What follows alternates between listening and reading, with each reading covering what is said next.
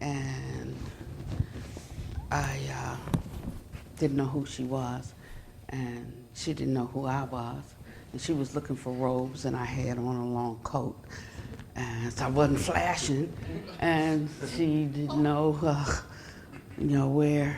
where to find me. So after about 15 minutes, when I was almost a snowman, it was snowing and the wind was blowing. I mean, we couldn't even land for a while because the winds were too high. We had to keep circling.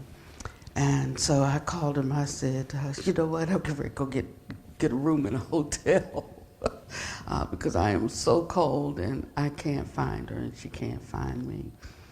And so finally what I did was I opened my coat and just started walking up and down the line. And then somebody in that nice warm cushy car saw me and then rolled down her window and said, here I am.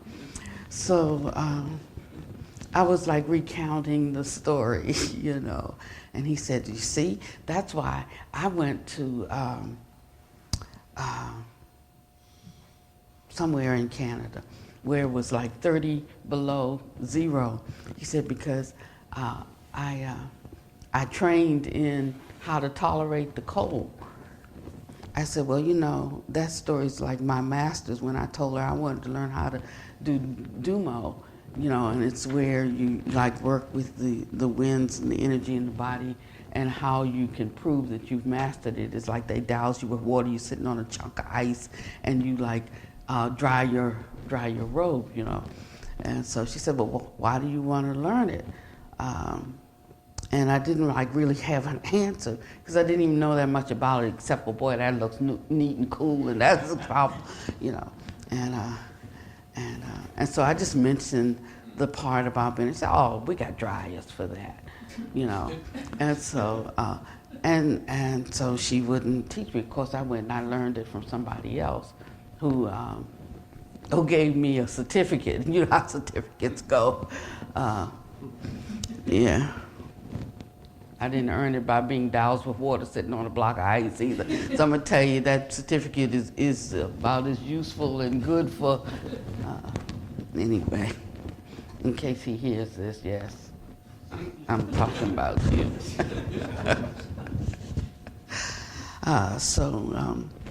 So it's kind of like that. And I'm like, yeah, so you could do that, but why would you want to? You know, but some of you last night, I understand, got pretty cold last night and the night before, and I think it's going to be colder tonight. I'll give you a certificate at the end of this retreat.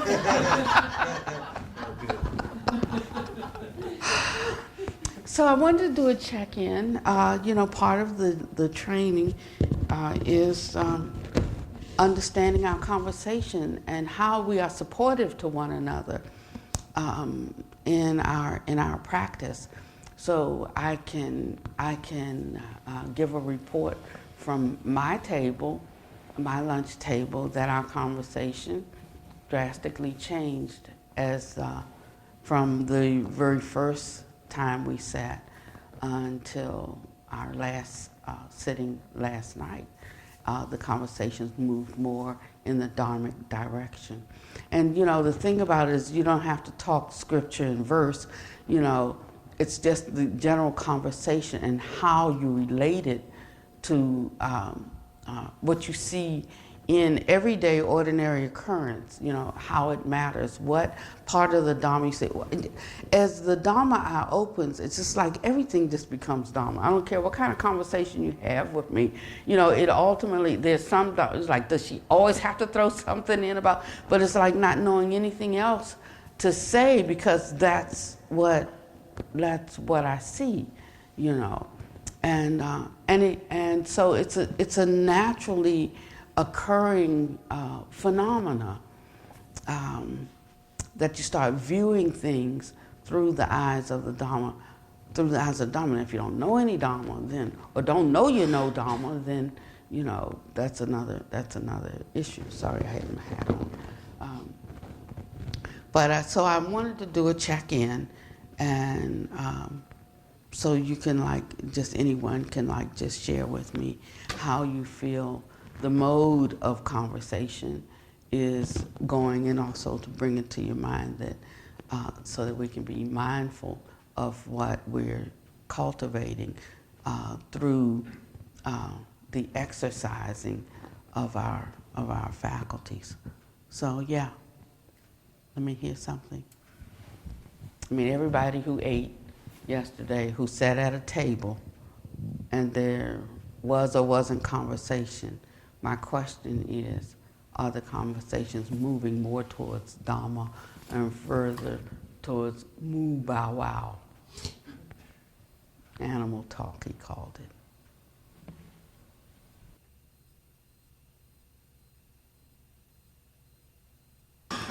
The table that I was at was beautiful conversation.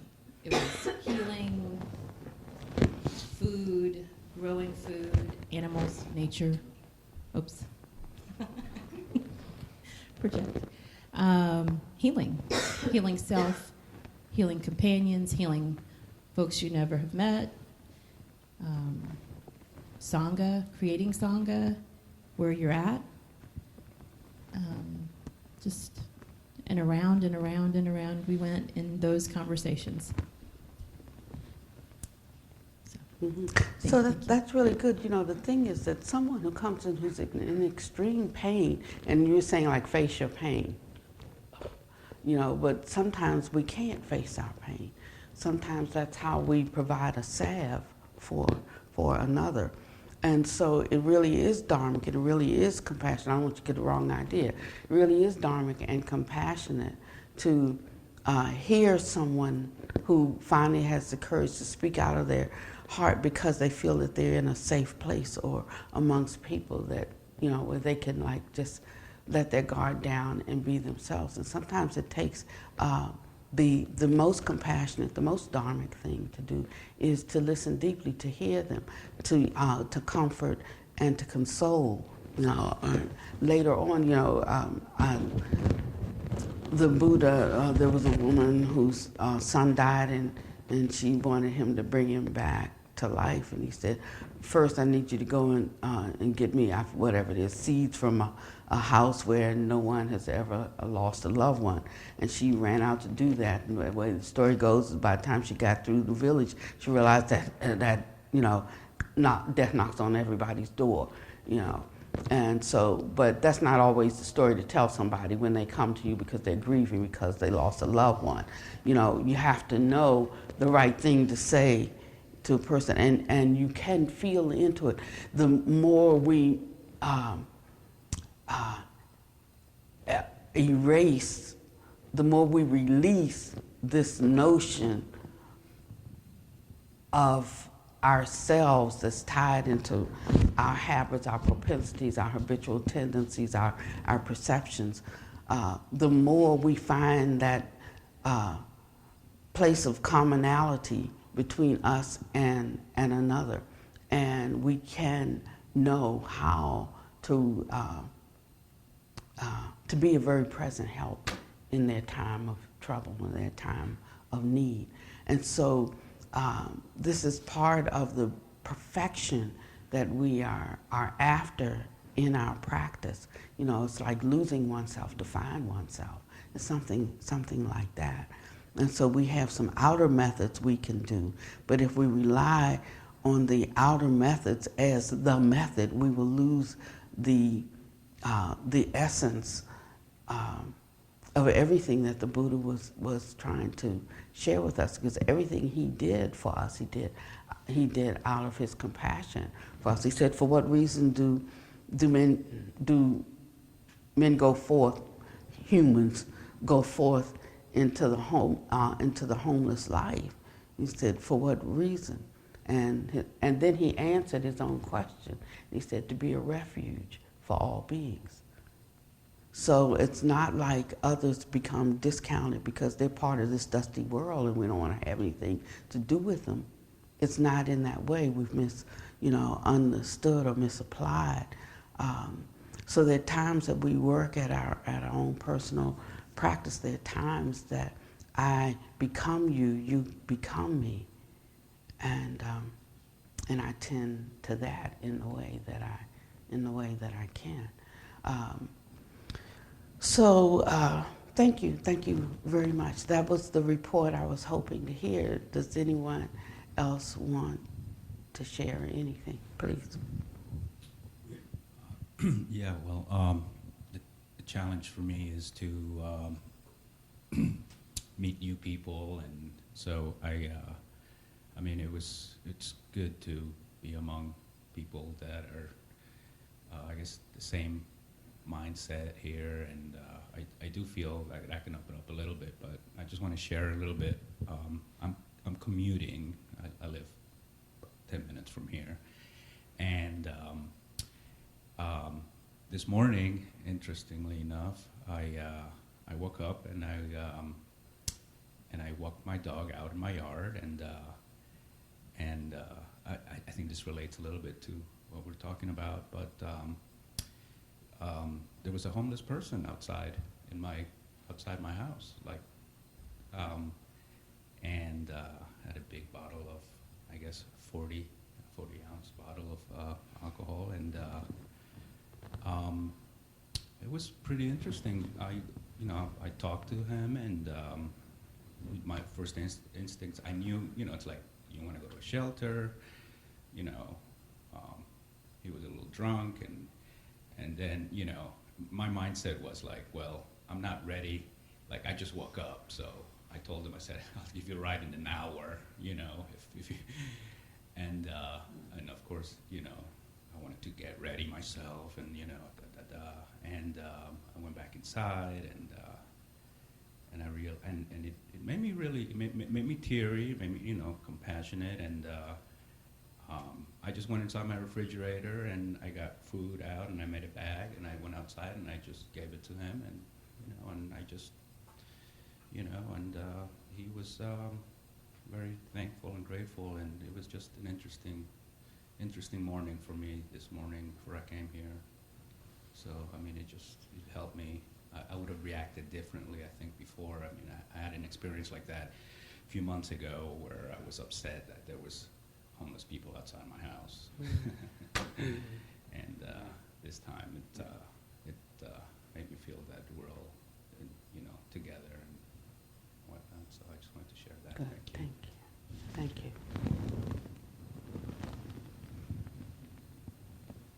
Thank you so much. It's, in 2009, from 9 through 15, I think, through to 2015, 14, 9, 10, 11, 12, 13, 14, 5 years. Okay, so from 9 through 14, we operated a shelter for homeless youth here. I mean, we started it by somebody just told me about these homeless kids around. I'm like, where? I don't see any homeless kids. He said, you have to know where to look. So I said, well, where's that? He said, well, look along the railroad tracks, the Citizens Bank underground, a parking lot, so that he told me some places to go look. And I went to check it out, and sure enough, there they were. And so I was like, well, we have a shelter here. Why don't you go to shelter? And it's a beautiful, I'm telling you, this is truly a beautiful shelter. You wouldn't know it was a shelter if it didn't say so. It's that nice inside. And, and so they went on to say, why they weren't there. And most of them were, had suffered such trauma at home, molested by their parents, broken collarbones and arms, and they left home for a reason. And so when I was talking to the officials in this town, they felt like maybe they just don't want to obey their parents, so that's why they're not at home, and that was the gist of it.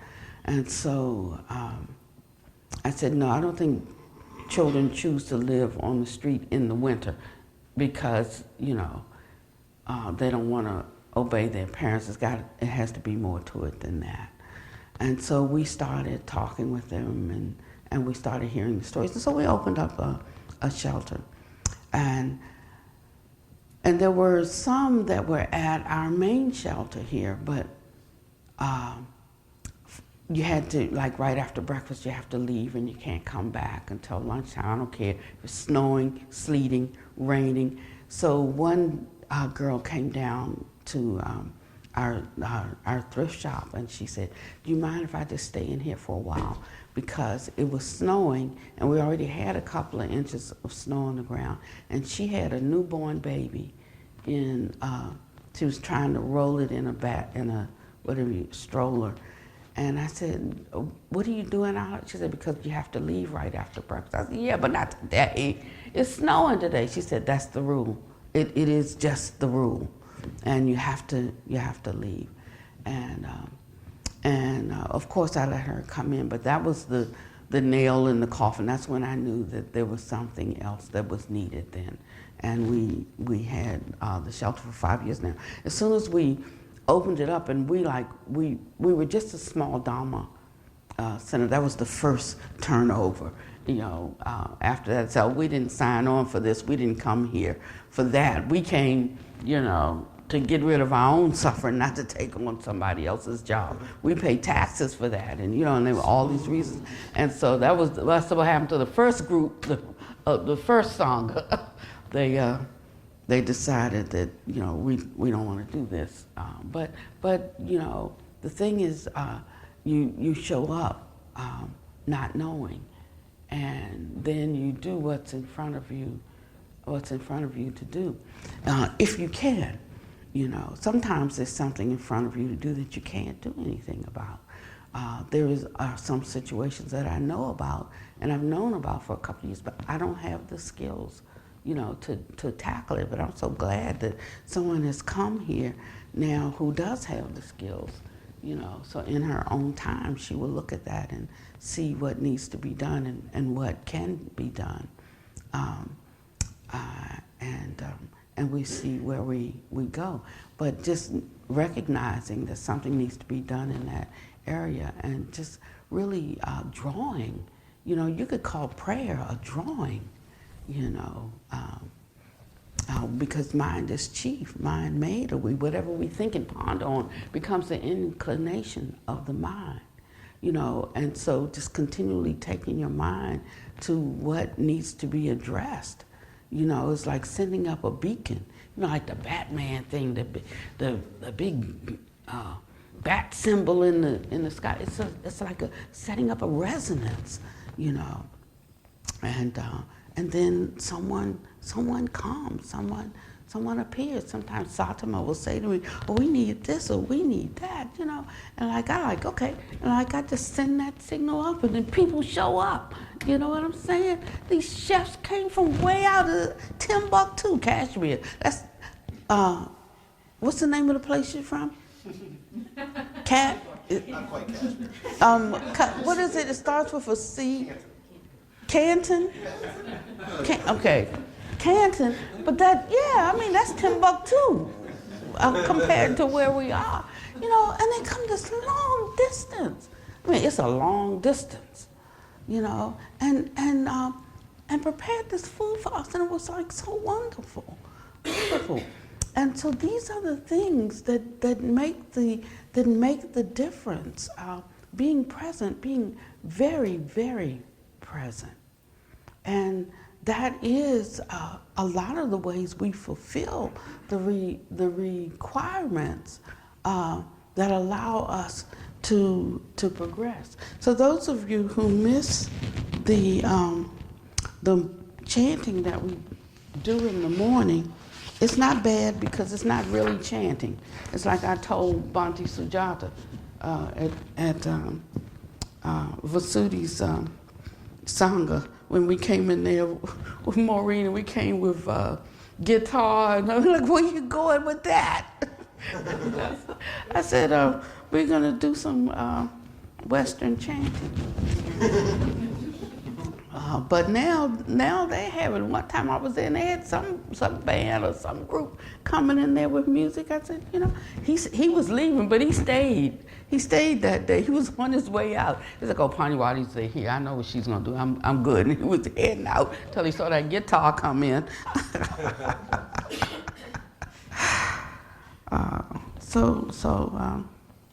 He learned something. But in the morning we recite something, and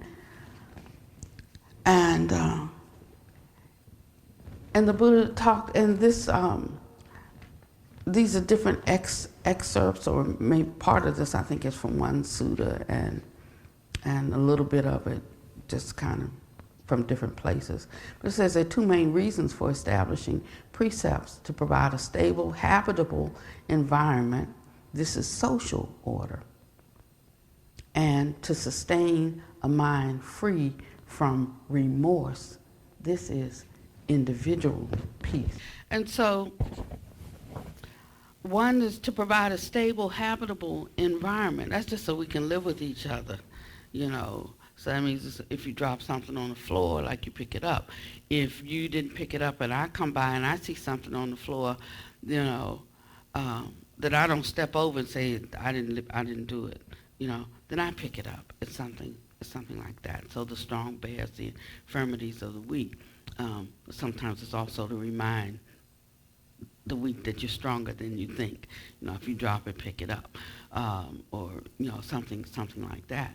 So a lot of the Buddha's disciples, they came from all different backgrounds and all different levels of just social training. So he had to teach them how to do certain things, not to fart at the table, not to just grab stuff and stuff it in your mouth, or be talking with food in your mouth, spewing on people. I mean, a lot of the rules are just about social graces, to help them become more refined, just so that when they were sharing Dharma with people, that people could hear them, or they could have some confidence in what they were sharing, because the people, got lopped off at refinement. Some of the rules were put in place because people's sensitivities. I mean, they were offended by certain behaviors. I could imagine that I used to have a difficult time in India when I first started going, because they sort of walk in a line and the woman walks behind the man, and it would just irritate me, So, but then I got used to it, and it didn't irritate me anymore. But one thing, I said I could when in Rome, I don't have to wage a battle about every little thing. So some things that I fell into that, I'm oblivious to it now, that I took real exception to it as an American in their country, about what I considered proper, what I considered normal, what I considered respectful or disrespectful, and so sometimes he put in a rule just simply because it was, it perturbed the minds of ordinary people. Not that there was anything wrong with it, in and of itself, but just what could you do? Could you take down? Could you restrain yourself, for the sake of another, like where they are in their understanding, And so this is some of our practice. It's not always about how much we know, but how we use what we know to be a friend to the one who does not know. And this is part of the building up in virtue. And if we miss this important part of it, then all of the virtues that we have, amassed, cannot find their full usefulness and purpose, because we have neglected the care for others. And this is something that we have to learn as we go along. I mean, we have to endure some things to get this. mostly we don't. We're like, I don't have to do that. I don't want to do that. I don't have to do that. I don't do that. Like, this is who you see. This is how I am. Deal with it or not. And so that's sort of like our rugged individualism, our American way, but he's showing us another way. And sometimes we call these things cultural baggage, but I think we should be very careful. Now, I'm not saying that there's not some cultural baggage. Baggage is like stuff that maybe we could like set down, but there's some things that may not be part of our culture, but they're not baggage. They would be useful for us to pick up. They would actually free us, liberate us in some respects from our own ideas about what is right. I told a story about being on an airplane with a woman that she was unusually large, and she couldn't fit in the seat. And her seat was a seat ahead of me on the aisle. But she already knew that whenever she's on a plane, she cannot be on the aisle because the cart coming up and down, is going to hit, it's going to hurt. So she told the lady, this is my seat, but I'm too big for this seat. And the flight attendant told her, then sit over here, which was the next row next to me. Now, my antenna went up right away because that's the window seat. I'm in the middle seat. She's not going to expand like out the window. It's going to overflow to the right, which was my seat, and I was willing to try to see how that would work, but no sooner she sat down and had to put the armrest up because she couldn't fit all in her seat. I go, this is a problem for me. I said, excuse me. Then I said, can I move to another seat? And so the flight attendant said yes. So I moved to another seat. Now that was all like quiet, just a lady saying, I can't sit here. She said, sit there. I say, I can't sit here. She said, sit there. And it's all, that's it, just seating arrangements. Okay, so at the last minute, one person runs in just before they close the door of the cabin, and guess which seat she had? It was the one that she had put me in. And so she came and she said, like, that's my seat, and so another flight attendant came down behind her, and he said, we have to really take off. Can you hurry up and be seated? And she said, well, she's in my seat. And so he said, miss, can I see your ticket? I have no ticket. He said, well, this is your seat over here. Do you think you can just sit anywhere you are? I said, wait a minute. But already, just that quick, I lost myself. Because he started, well, you can't sit anywhere you want to sit. And I said, I didn't. I said, the flight attendant gave me permission to sit here because she moved her from there and put it. But now what happened in that whole conversation? So finally he told her to sit in that seat. And she looked at that half a seat and she said she wanted her seat. So then it turned out that the woman had a husband who had come with her. All this time, didn't even know this. He was in the seat right next to where she should have, where her original seat was. He gets up and he says, I'll sit there, and as he should have. And he went and he sat in my seat, But the thing is, all eyes on the plane was on her. And I felt so bad that for, like a 3-hour flight, because 3 hours was a long time, but now seeing her humiliation, I felt bad that for just 3 hours, I couldn't tolerate being a little cramped. To not. It should never have happened in that way, but since it did happen that way, for 3 hours, I couldn't tolerate being a little cramped, to not embarrass a person in that way. So I was really remorseful. I really had regret, and part of it was thinking like I was in my robes. I don't always travel in my robes, But that day I was, and I was like, what example did I set? I like just set off a chain of drama, you know. But then it went beyond the robe to me. The robe doesn't have feelings. The robe can't be embarrassed. What?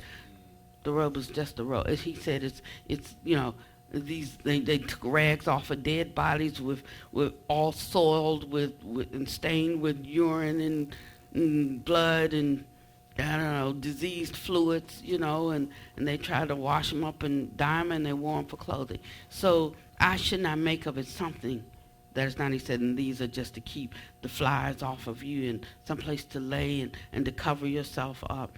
And so I should keep that in mind. Also, I keep in mind that don't act like an idiot, and give those who wear it, cast dispersion on them. But, everything has to be balanced in a certain way. Do you understand what I mean? And so I was just thinking, my first thought came to me having created, I didn't create it, but a participant in it, maybe the first stroke. But then the second, my mind went to her and her humiliation. Now, that should have been the first place it went, not to the robe, I'm just saying. But it went to the humiliation. And how, considering her as myself, all she said was to the lady, I can't sit there. Can I sit someplace else? And the lady gave her a seat. That's it. And so I vowed never to complain again about my seat assignments on a plane. For that short ride, I can endure. I have to tell you the truth that ever since I made that resolve, I get the best seats. Not even trying. I get the best seats. Now that I've said this, you know what's going to happen. Okay, I didn't say it.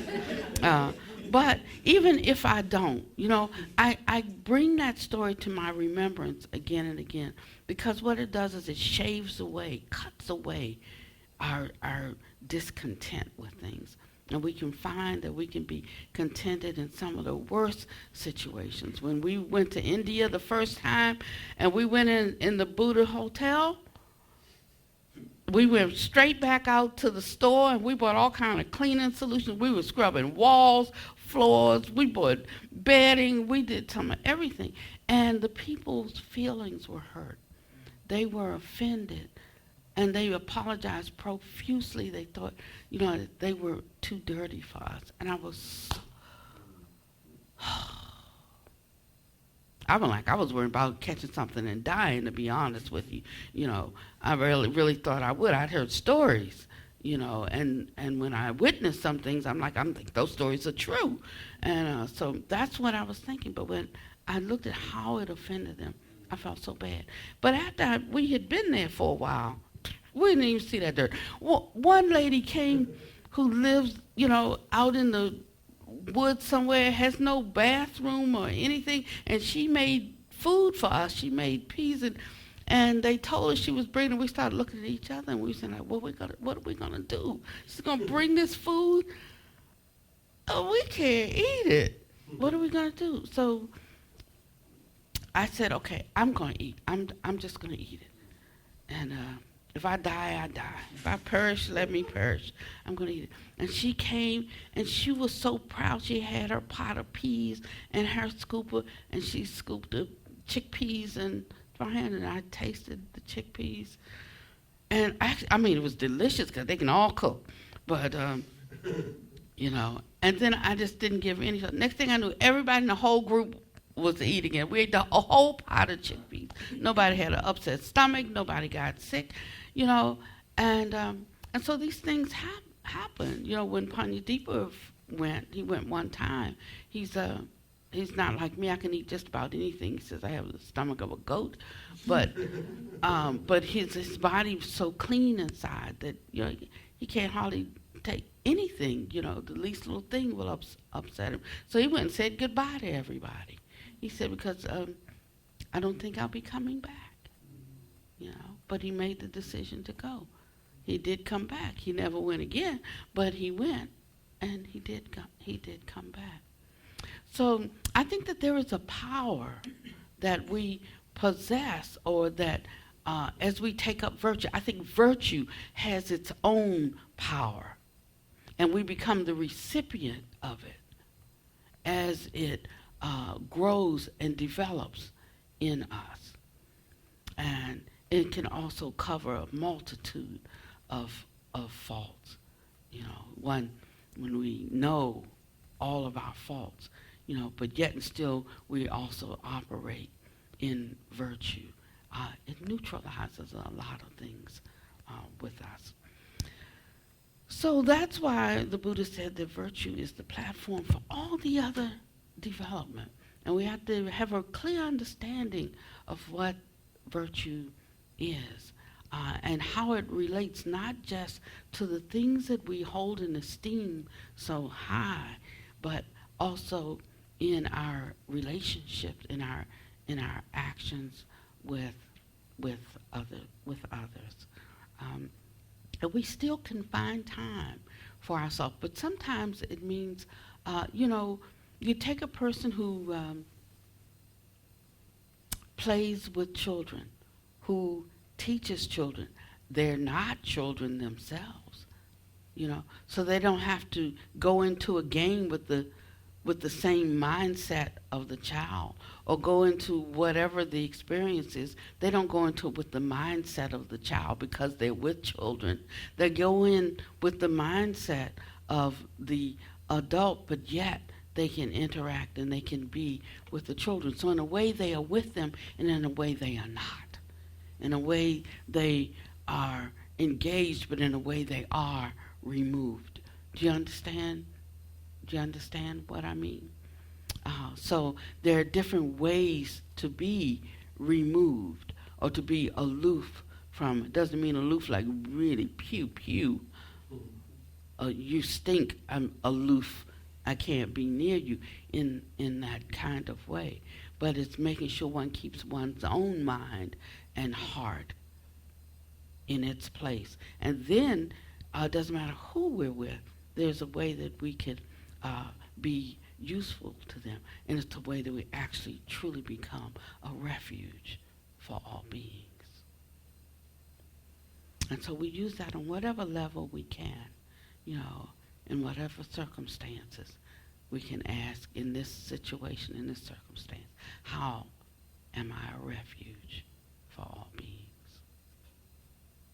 This helps us when we know we've acted unskillfully. We can reflect on it, and we can see the unskillfulness. We see the unskillfulness instead of focusing on the me. That's how you get rid of this.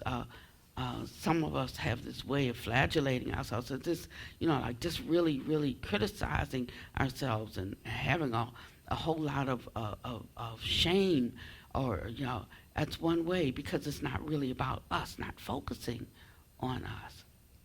But if I look, at what is skillful, I look at, what is unskillful, and what will I do with that, or how will I use that? It takes it off of us. We forget about ourselves, and it just becomes the doing, and it's skillful or it's not skillful. If it's not skillful, then you can say, I need to pay more attention to that. I need to, this kind of, this sense of shame in wrongdoing that the Buddha's talking about is not the kind that has been heaped upon us and that we have heaped upon ourselves in the past. But it's more like what Horace Mann said, be ashamed to die until you've done something for somebody, until you've accomplished something for humankind. And so that's the thought that I have. How will, people say, well, what is my destiny? What is my purpose? My divine purpose for being here. There was none. Got here through cause and condition, through causality. But now that I'm here, what shall I do? What shall I do with myself? And this is what makes life meaningful. and what gives purpose to our presence. So let this be the basis, the foundation for everything that we do, even what we do for ourselves personally, in not even an indirect way, in a direct way. It helps others. Yes, so we do this for ourselves, seeing ourselves as others. So whatever I do for myself, I also do for the other. And whatever I do for the other, I'm also doing for myself. And so it's in these ways that we get accustomed to rolling through life, not needing anything from anyone else to be okay. Not needing praise, being able to tolerate blame, enjoying our gain and not, being frightened by or not being shamed by or not being offended in our loss. Being able to maintain a modicum of dignity even when we are in pain. My mother had diabetes, and she was always so mean, just popping off all the time on people. And I said, "You are just wicked," And anytime I went somewhere with her, she was always so nasty to the cashier, nasty to the driver.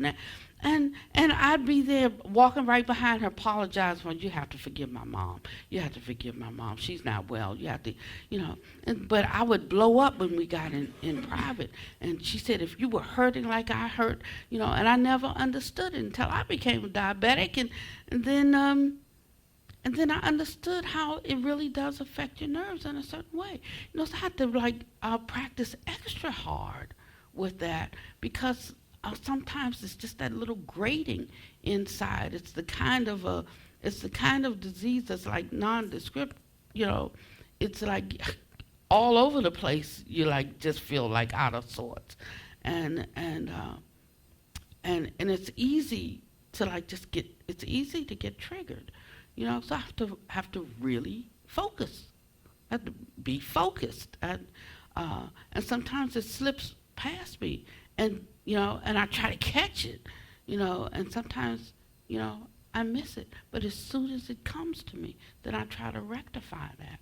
So it becomes, and so I understand me, So I'm like, "You have to forgive me. It's diabetes." And I know, Even though I might know some of it is that, some of it's habitual tendency, some of it is the unenlightened mind. It doesn't matter the reason, but when you recognize that, that's where you can establish your practice, the practice on that. In watching in that area. So some people are given to generosity, but they got this little problem over here. Some people are given to hospitality, but they stingy as all get out. Some people are, so we have to look and see, what is it that ails me?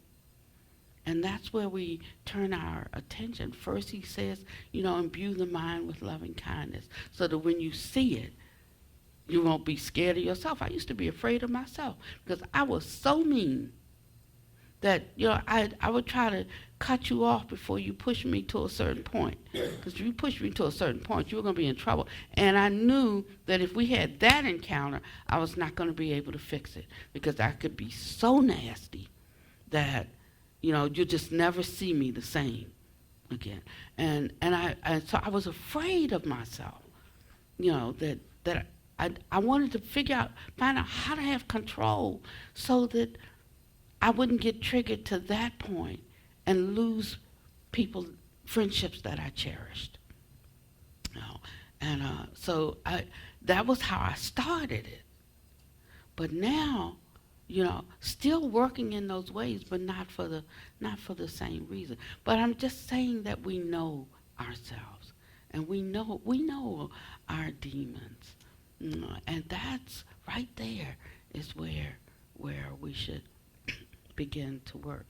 So ending the story, we took the homeless youth to our hermitage. We just started with what we could do. We had like a 6-bedroom house, and so like we put 14. We went and got 14 kids. Went to the school system and got them. Because they were still trying to go to school, sleep in a car at night and go to school in the morning. So we went and got 14 of the kids from school, and we showed up at the next meeting because they'd been meeting for, I found out, 10 months on what to do about this homeless youth problem. 10 months. And so I went and I said, okay, well, I'll let you know what we can do when we meet again. And it was 55 organizations in this small town with 10,000 people, 55 nonprofits. So I went back the next meeting. I said, okay, so we can take some. We'll take 14. After we took that 14, everybody dropped away. Well, if the Buddhists going to be involved, we're just not going to be involved. So all the churches dropped out. Salvation Army, everybody, they just dropped it. And that was it. So we carried that on for a couple of years, and they saw that we were staying the course, doing the best that we can do. Most of the Sangha members dropped out and just left me, Punyadeep and Kay, and a couple of others, because they didn't sign on for this. And it was the 55 organizations were going to work together. It's just that nobody could house them physically because their insurance didn't allow it, their charter didn't allow it, their mission didn't allow it, ours didn't either. But we just rewrote the mission so that we could allow it, But so every year they were like, next year, Pannavati, we're going to help. And year number 2 came and went. Year number 3 came and went. Year number 4 came and went. And by year number 5, I said, well, we've done what we could do. 85 kids, and I could see that there were churches who did want to help. They just didn't want to help with us. I said, so why don't you all get together and decide what you're going to do, because we're closing the facilities in 6 months. I can't raise any more money from around the country to take care of your children. You're going to have to figure out how to do it. And so they all got together and decided what they were going to do. And they got together to decide what they were going to do. And I think they're still working on that decision. And it's about 3 years later. So the first young man that we brought in to the home, his grandmother left him a house, and he turned that house into a shelter for homeless youth. So we may not be continuing with that, but there was a legacy that was left. And that young man, the churches decided they couldn't deal with him either. So they're still working on it. But they do other things, what they can do. They fix a meal, like I think it's every Friday. The churches get together and fix a meal, and they help with a weekend backpack, with like sandwiches and snacks and toilet tissue and in a backpack, and they give it to the kids, but there are many things that are needed. So while we're getting our spirituality thing on, we should not forget those that are around us, and in ways that we can contribute like we really should. Now they've been really watching this place right here. They've been watching us. And they said, oh my God, Pannavati's got this place now. It's got 90 bedrooms. So they're going to bring people they're going to come from Asheville. They're going to come from Brevard. They made me write a statement to promise not to put homeless people in these units before they would even give me a permit to work on them, on the building. They made me, that's an exclusion. that I will not do any kind of residential program. I was looking like at a, AA program, like maybe a residential program. I was looking at something. So what are you going to do with 90 bedrooms 24/7? Yes, I had some ideas, but I hadn't committed to anything. It's just like first you get the place, fix it up, you build it, and then people as they come in with different skills and talents and abilities, then you can decide, how to make use of the place. That's it. It doesn't belong to anybody specifically. It certainly doesn't belong to me. Nobody owns this for the sake of the Dharma. And just like being a city set up high on a hill, like a beacon, just sending out its brightness, attracting people with the skills, attracting people with the awakening Buddha nature to be a refuge for all beings. And this comes through our practice, just our ordinary, everyday practice. Every one of us can be like that. And our practice deepens almost effortlessly. The scales fall from one's eyes.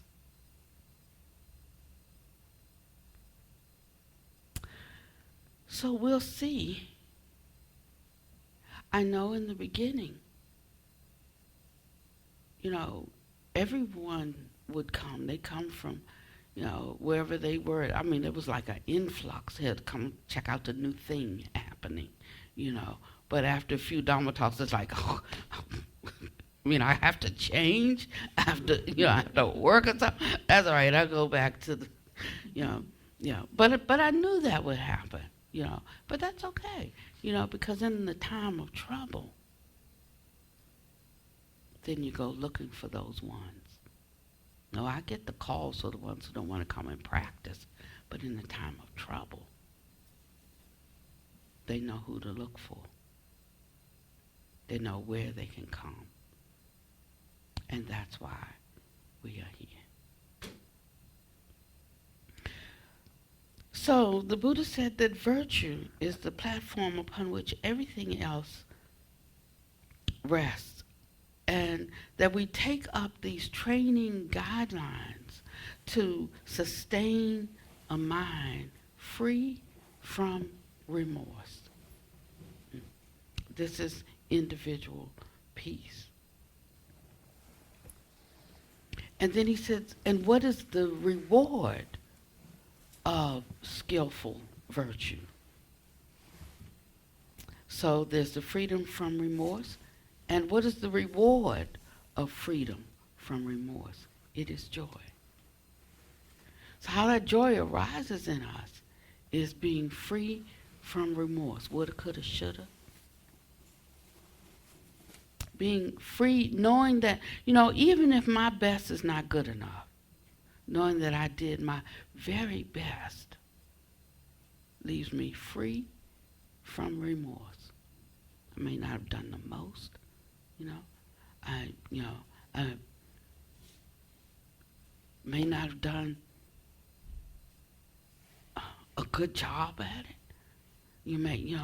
But knowing that one has done one's best, there is a joy that arises, even when others are criticizing, even when others have a different expectation, even when others can point to where you didn't do so good over here and don't see all the good you did here. You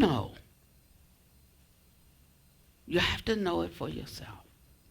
And if you know it for yourself, then you still have that joy even when you're being accused from the outside. And there is a reward of joy, and that is rapture. So when the Buddha was talking about entering into the jhanas, we get like a little bit of joy, the joy of contentment. That it's a contentment that rises from accomplishment. I know why I'm sitting here. I know what I'm doing. I know what to look for. I'm learning how to focus. If I stray away, I know how to bring it back. And because I know these things, and then I start to experience the peace, the settling down in body and in mind, there's a joy that co-arises with it. And that's the joy of contentment and the joy of accomplishment, a sense of accomplishing what I'm sitting here to do. And he talks about the different levels of joy that arise, of rapture that arises. And he said it can go from being the kind that sort of like makes the hair stand up on your arms to like feeling energized through your body, so you have ripples of joy moving up and down the body, to like feel like you're overcome with oceans, of rapture. So, so that gives you like a guideline for how it can be developed, how you can start with a trickle and end up, with just a flood. And so don't stop at the trickle and then try to jump up into the next, into the next thing, because the tranquility that we're after comes at the fulfillment of the rapture. We move into tranquility. So trying to be tranquil when there has not been any joy it's like false fire. It's like running on fumes. It's not really there, and it doesn't really sustain you. But when the joy is full, that it overflows into rapture, and the rapture is full, that it overflows into tranquility, And then it brings a kind of happiness. And he said, but this is not the kind that's born of this world. This is a kind of happiness that's not born of this world. And from that comes concentration, you see. So all the other ways that you might be trying to be concentrated, I just gave you a hack.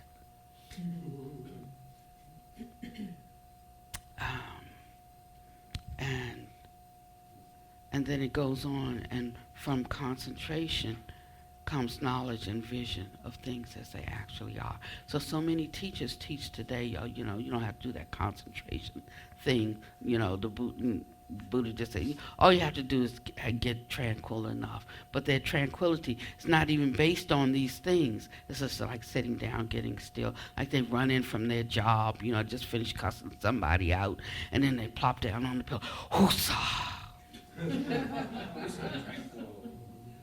And then they're going into their thing, that's not a real kind of tranquility, you see. And so, although we were talking today about, entering the path and then inheriting or earning the fruit of the path are two different things, And so, and the Bible says, by their fruits you shall know them. I tell you the truth, he got hold of some Dharma somewhere along the line. They just put it up against the wrong teaching, and that's why they clash, and that's why there's a lot of confusion. One is saying an eye for an eye, tooth for a tooth, and on the next page it says, the man takes your coat, give him your cloak too. Now, which one am I going to do? I'm going to give him a cloak or a dagger? Which one? So there's a little confusion there with that. But I tell you, when you put the sayings up against the Dharma, and the Buddha had like the full 40 some years to teach it. Didn't have to didn't have an early checkout, and so there was more time to take it into its depth. But he left the skeletal, the bare bones there. But I'm so happy to have found the Dharma, because I was able to really flesh it out. And I regretted that that when I stepped outside of Christianity, that the first thing I encountered was the Dharma, but I didn't like the picture on the book, and it scared me. And I wouldn't even crack the book. I wouldn't even accept the book that was being offered, you know. And it took 15 years for the Dharma to come back into my view again. But by the time it came, I was ready. But now I don't regret the 15 years. Because if I had taken it straight away, you know, that's like taking a lover on the rebound. You know, like when you break up with somebody, you just go looking for somebody else, you know, because you're just kind of used to that. Never be the first girlfriend or boyfriend after somebody breaks up. It's like, that's a placeholder. I'm going to tell you, you know, because you haven't dealt with the other stuff yet. You haven't dealt with it. And I mean, you could be the best person in the world, but it was the right, you know, right person, but it just the wrong time. And so I'm glad now, because I probably would have rejected the Dharma because it was too close to what I had an issue with, you know. But by the time I studied 15 different disciplines and then the Dharma came, I was ready. And no matter what I put it up against, it was higher than that. Everything I compared it to, it was higher than that. And so if there's something better than it, I have not encountered it, you know. And so that's where I am. So he says that this is a gradual training. And some people think that meditation is everything. It's not, but it is a big thing. Some people think that mindfulness is everything. It is not, but it is a big thing. All of it, every part of it is a big thing. You know, no part of it stands alone. So we have to like tack over here, then tap there, and tap up here, and tap down there. We can't like just like focus on our strong suit. No. So the Buddha was talking to Rahula in Sutta number 62.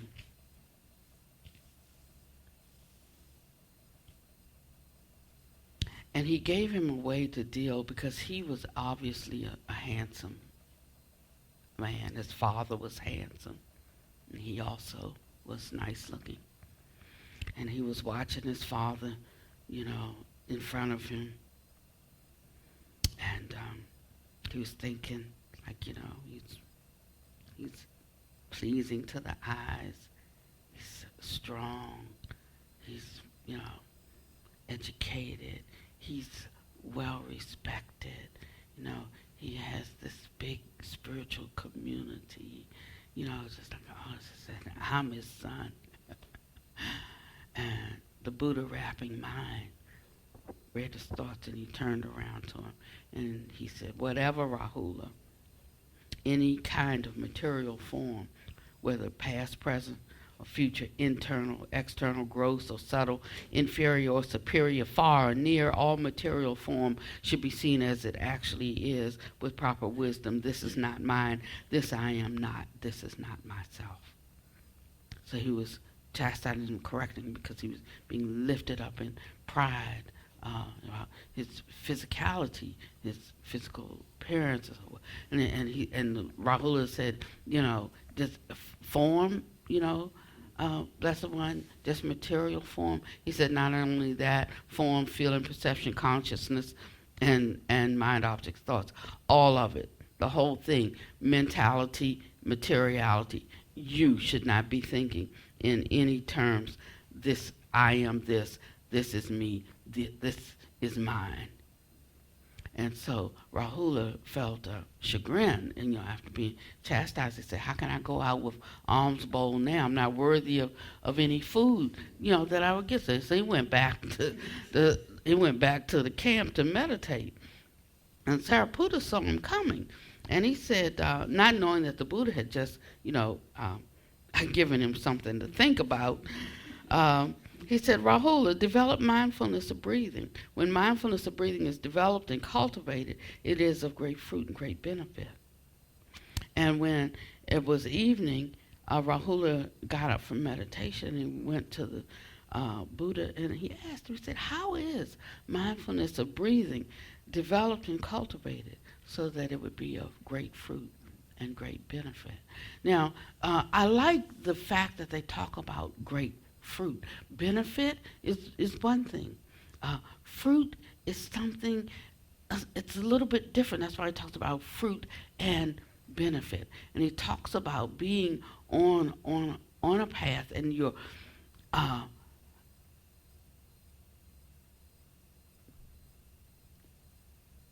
it has all the appearance of something, but it's like having a apple orchard. This is apple country, you know, and they have lots of people who know how to work with sick trees. You know, it's people's livelihood here, you know. And you look and you see this fine apple orchard, you know, but the apples aren't ripe. You know, they aren't ripe, or if they are growing, they're growing with defects in there, you know, and they have sickness. So in the process of cultivating something that has the potential, but the potential has not been reached. It's only when the fruit is ready for harvesting and that it is defect free. In the stores, you can't give them I feel so sorry for the farmers. Like, there's a contract to buy certain things, but then the farmers grow it, and they make the least amount of money. You know, they don't take any ones with the defects. They don't, because nobody, you know how we are. If we see an apple that has a defect, now then we don't want it in the store, so they don't take it. Now, Padre Deepa says, I'll take all the ones that have worms in them. You know, I have fruit here that worms won't even eat. So why would I want to eat it? You know, but so he says, give me the one that the worm was in. I'll take that one. And so he says that it's not just, you have to keep going until you actually have the harvest. You actually have the fruit. You know, it's like Yoda said, there's no try, you either do or you don't do. You know, it's something like that. So we have to keep our determination going until we actually inherit the fruit. It's like running the relay, get across close to the finish line, say, I'm tired. You know, you have to cross the line. It's like that. And so, so the Buddha went on a little further about this, but he said, what, Rahula, is the water element? The water element may be either internal or external. Whatever is the internal water element belonging to oneself, that is water, watery, clung to, bowel, phlegm, pus, blood, sweat, fat, tears, grease, spittle, snot, all of the joints, urine, or whatever else internally belonging to oneself is water, watery, and clung to. This is called the internal water element. Now, the internal water element and the external water element are simply water element, and they should be seen as it actually is. So, if I had a glass of water here and I held it up and I said, what is this? You say it's a glass of water. When I drink it and I say, what is this? You don't say it's a skin sack of water. You just say, I'd say, this is me. But he said, external water, internal water. You know, you should see it as it actually is. That's an example of seeing the body as it actually is. It's the same thing for earth element, air element, fire element, space element. And when we understand it in this way, it helps reduce our clinging to it. And so after he went through all of these, the earth, the air, the fire, the water, and the space, thank you. So there it is. You say this is a glass of water. And then when I drink it, I don't say it's a sack of water. I say this is me. And so he's working with us at this is the way that we become detached, that we don't become detached.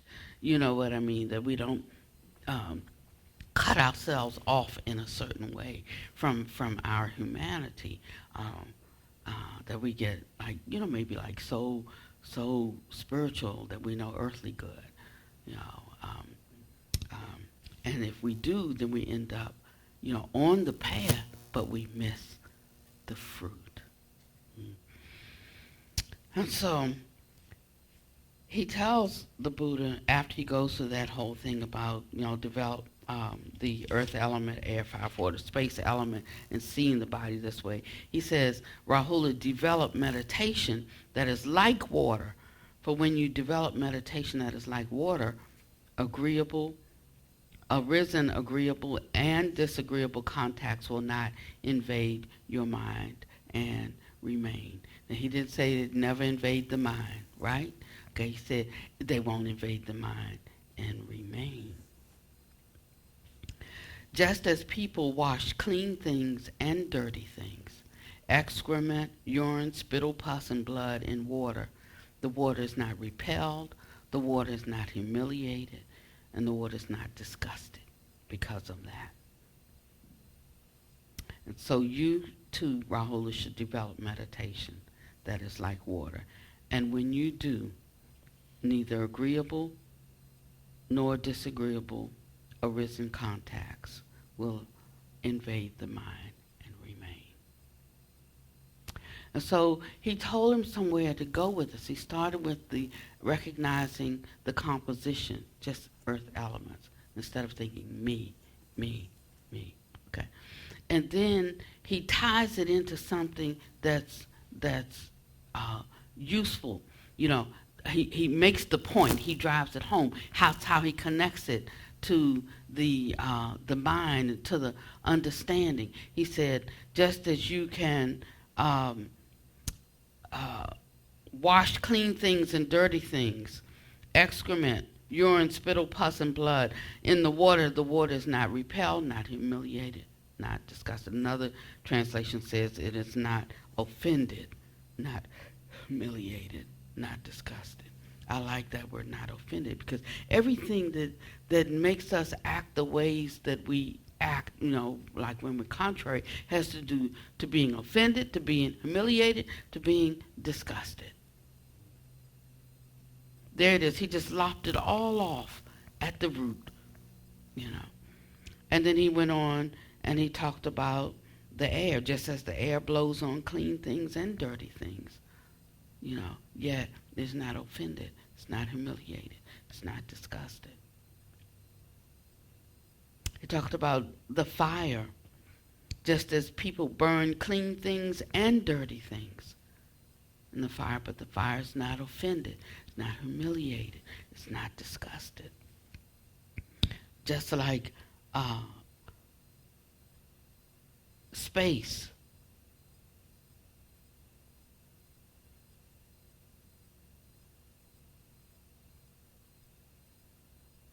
Did I say air? Air blows on clean things and dirty things. And then he said, develop meditation is like space. When you develop meditation that is like space. Just as space is not established anywhere. I just love it. Just as space is not established anywhere. Space is space. Space is everywhere. It is nowhere in particular. We have our peculiarities. We are particular about things. We like things just so. We are so particular. But he says that that's what creates offense, humiliation, and disgust that concretize around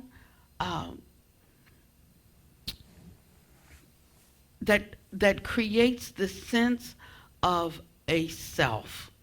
But when we give it up, then that's how the self dissolves. We wonder how do we rub out the self? We're going to talk about that in another sutta later on today or maybe tomorrow. And so today I'd like to focus on that. We don't have to try to scrape self away. All we have to do is surrender our offense, our humiliation, our disgust.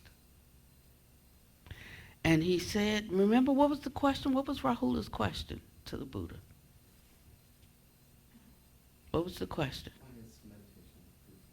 No, how to do mindfulness of breathing so that it is fruitful and of good benefit. And he hadn't said a word yet about mindfulness, about the breath, about anything else. This is where he started. He said, you're not even ready for meditation yet. He said, you're still dealing, with offense, humiliation, and disgust. He said, that's where you start.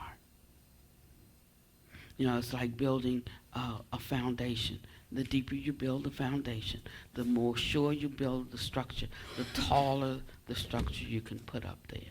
So some of us are only building something, we're only going to be able to have 2 stories. And, but if we want to really build a structure that can go high, we're going to have to dig a foundation, lay a foundation that can go deep. Yes. What page are we on in the It's a Sutta number 62. Sutta 62. Thank you. Sutta 62. And then 62. And then 62. And then 62. Okay. So, Shorter and longer version.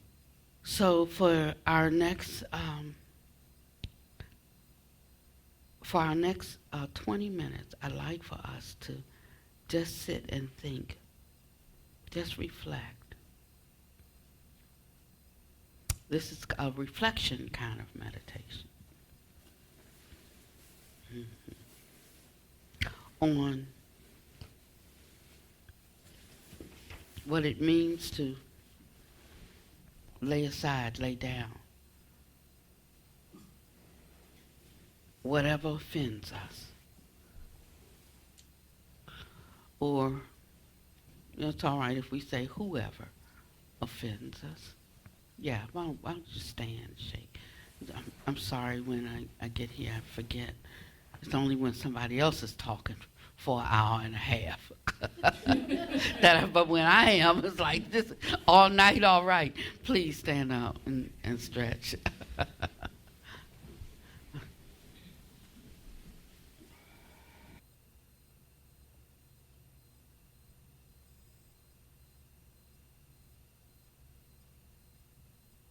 Right now, we're not really focusing on the breath or anything. We're only allowing to rise up in the mind that which causes our stress. This is suffering. Whatever offends us, whatever disgusts us, whatever humiliates us, or gives us a sense of humiliation. Whatever offends, whatever disgusts, whatever gives us a sense of humiliation. And making the decision, being willing to lay it down. And sometimes we have to come back to something again and again and again to finally get the release. But we do it one step at a time, and we keep visiting again and again, reinforcing our decision to abandon our sense of offense, our sense of disgust, our sense of humiliation. That is the practice.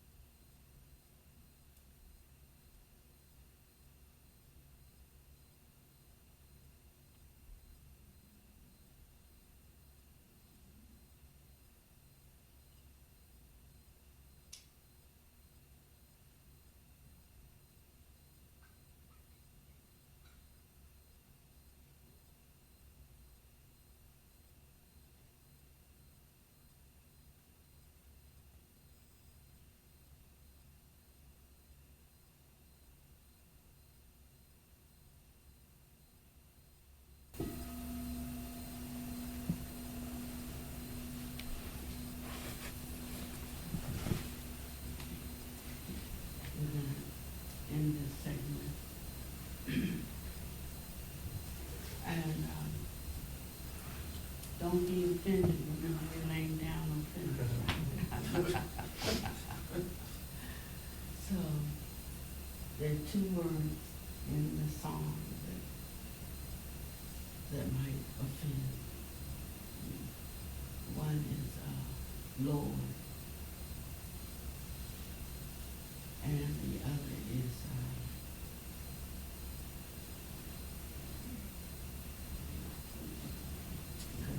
that's the only one.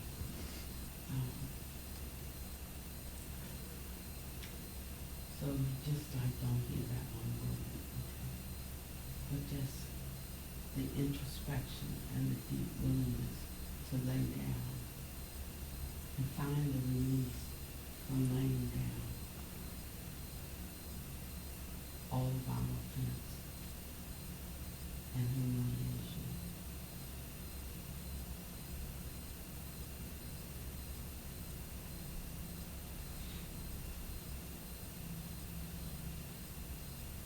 Lay it all down, Morris chapter. It's a lightness that starts to move toward joy. And you feel for it.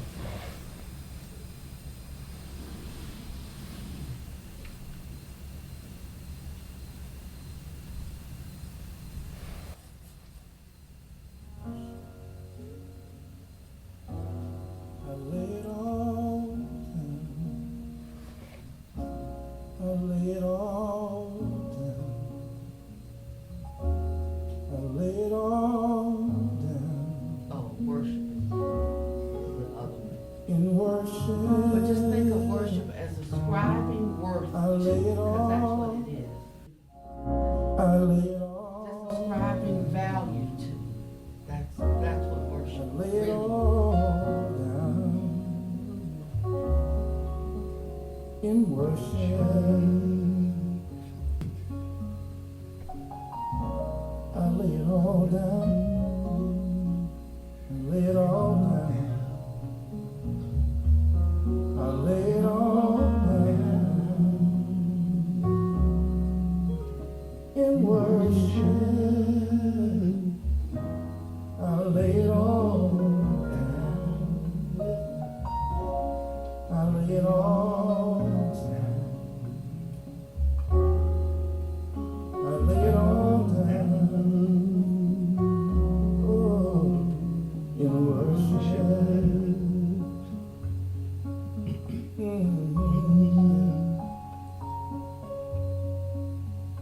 I lay down my foolish pride, all the pain I feel inside, my future and my past, all the worthless things that will not last. Oh, my dream and my ambition, lust for fame, a high position, the greatest gift that I can give is a life that I live. Oh, lay it all down.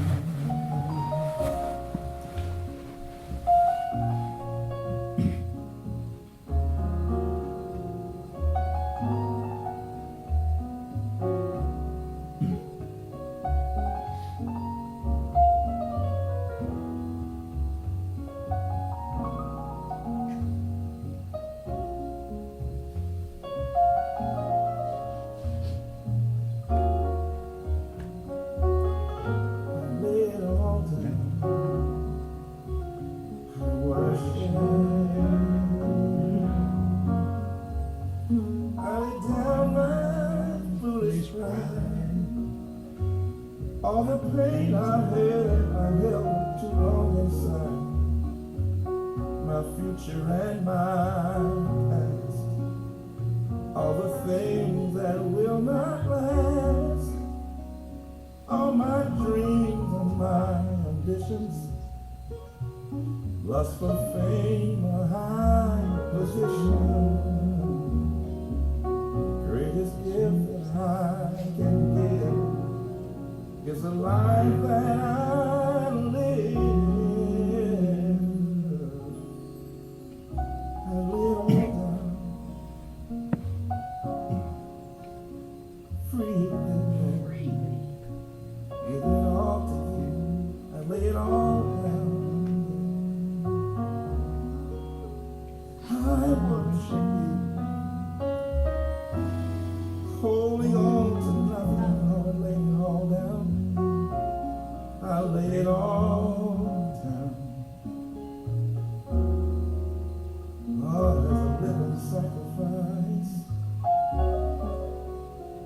in worship.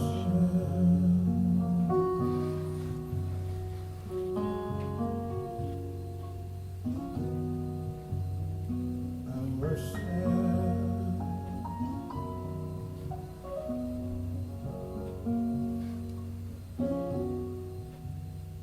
I worship you.